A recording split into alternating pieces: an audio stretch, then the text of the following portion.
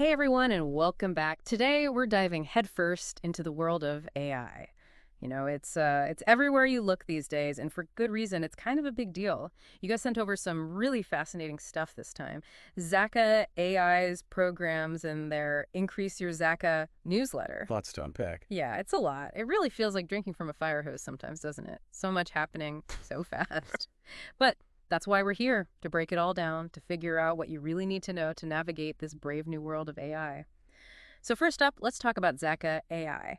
Their program offerings really caught my eye. They're not just about learning to code, which seems to be everyone's approach these days. They've got these specializations in data science, data engineering, data analytics. What's really interesting there is that they're not just focused on the sexy part of AI, the algorithms and all that. They're recognizing the bigger picture. Totally. Building the future of AI isn't just about the tech itself. It's about the whole ecosystem. It's about the data, the infrastructure, the analysis. That's where the real demand is. You're right. Companies are practically begging for people with those skills. Exactly. And ZAKA seems to be on top of that. And it's not just about individual learners either. They're also doing corporate training and consultancy, which tells you just how essential this expertise is becoming across the board. Yeah, it's not just the tech industry anymore, is it? It's like AI is infiltrating every single industry out there. But okay, let's pivot a bit and look at some specific headlines from the Increase Your ZAKA newsletter, because things get really interesting.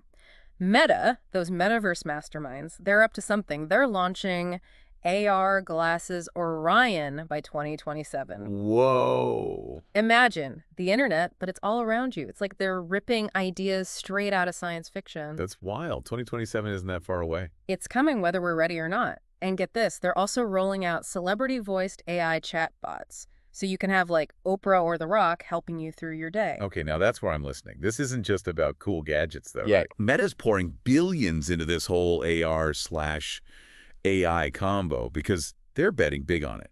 This is their vision for the future of how we interact with technology. Yeah. Imagine a world where the digital and physical are seamlessly blended. That's what they're building toward. And those celebrity voices. I know it sounds like a gimmick, but it's actually pretty clever. It is. It's about making AI more approachable, more human, which is huge if they want people to actually embrace this technology. I'm curious, have you ever used a chatbot before?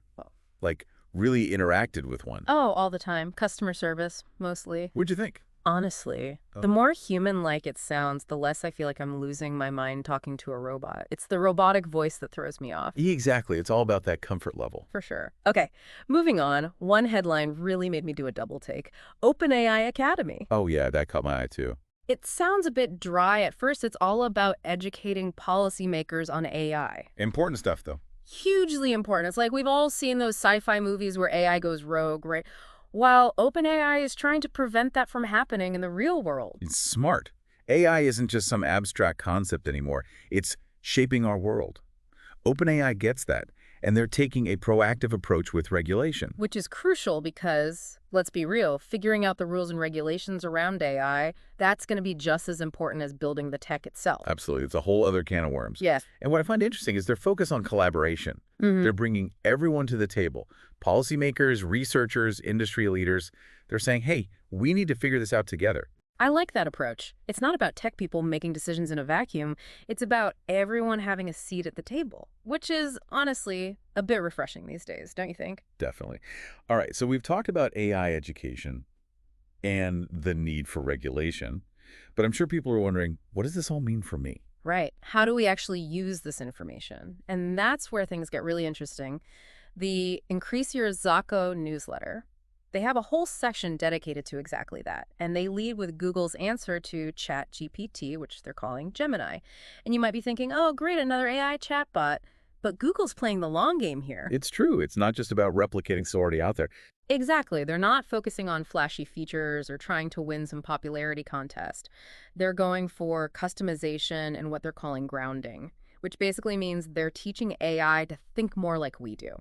Exactly. It's about augmenting human judgment, not replacing it.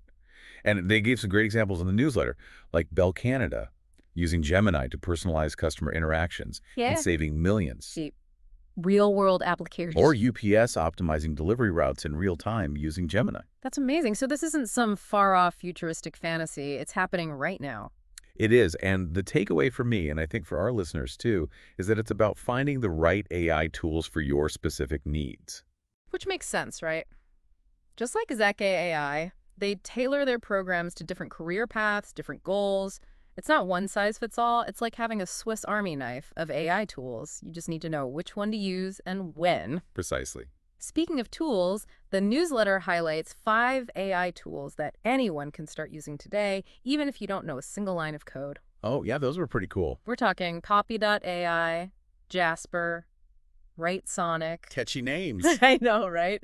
But seriously, these tools can help you draft anything, a blog post, a marketing email, even a song. Didn't you say you tried one of these? I did. I was actually blown away by the results. It's like having a brainstorming partner who's always on and never runs out of ideas. And then, of course, there's Grammarly, which I think most people know.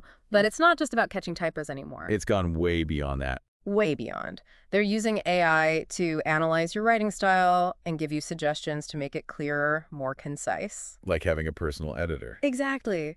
I've become weirdly attached to Grammarly's feedback. It's like having a tiny editor on my shoulder, but much less judgmental. Okay, last but not least, we got Write-tree, which, I don't know, it sounds like it could be a robot from a sci-fi movie. Maybe it is, but it also might be your new best friend if you do any kind of writing. It's like having a robot copywriter on call, 24/7.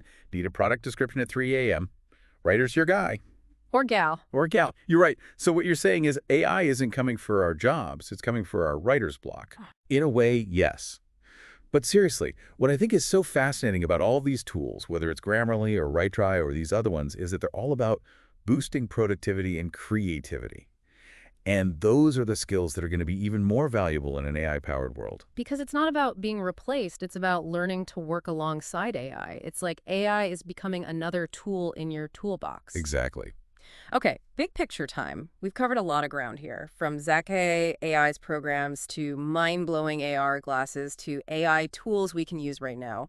What's the one big takeaway, the thing that should stick with our listeners? Honestly, I think it's just how fast AI is evolving.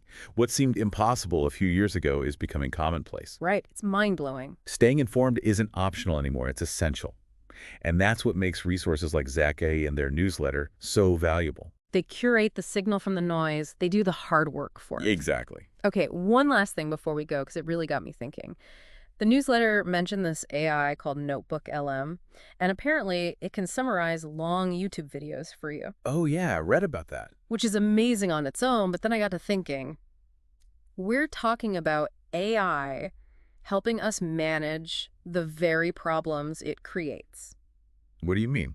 Well, think about it. Information overload is a real problem these days, right? We're bombarded with content constantly, but AI might actually be a part of the solution. Interesting. So it's not just about AI doing things for us. It's about AI helping us process and understand the world around us. Exactly. It's like AI augmenting our capabilities, not replacing us. I like that. I mean, the pace of it all is just incredible. It makes you wonder, where are we even headed? What does the future hold?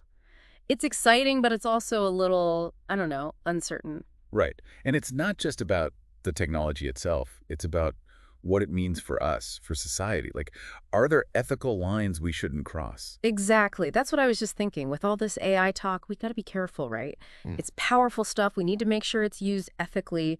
We can't just throw caution to the wind. Absolutely. We need to be having these conversations, and that's why initiatives like OpenAI Academy are so important. Right. Bringing everyone to the table, having those tough conversations about responsible AI development and regulation. It's not just about the how anymore. It's about the why and the should we. Okay, so final thoughts. After this deep dive into AI, what's the one thing our listeners should take away? You know, if there's one thing to remember, it's that AI is a tool. And like any tool, understanding it gives you power. Knowledge is power, as they say. Exactly. Whether you're looking to upskill, maybe with programs like those from ZAKA AI, or just want to dip your toes into the world of AI tools, remember that you have the power to shape how this technology impacts your life. Don't be intimidated. Embrace the possibilities. I love that. Embrace the possibilities. Because who knows, maybe someday soon we'll all have our own personal AI assistants helping us write better emails and navigate the complexities of, well, everything. Wouldn't that be something? It would be a whole new world. But until then, thanks for joining us for this deep dive into the world of AI, everyone.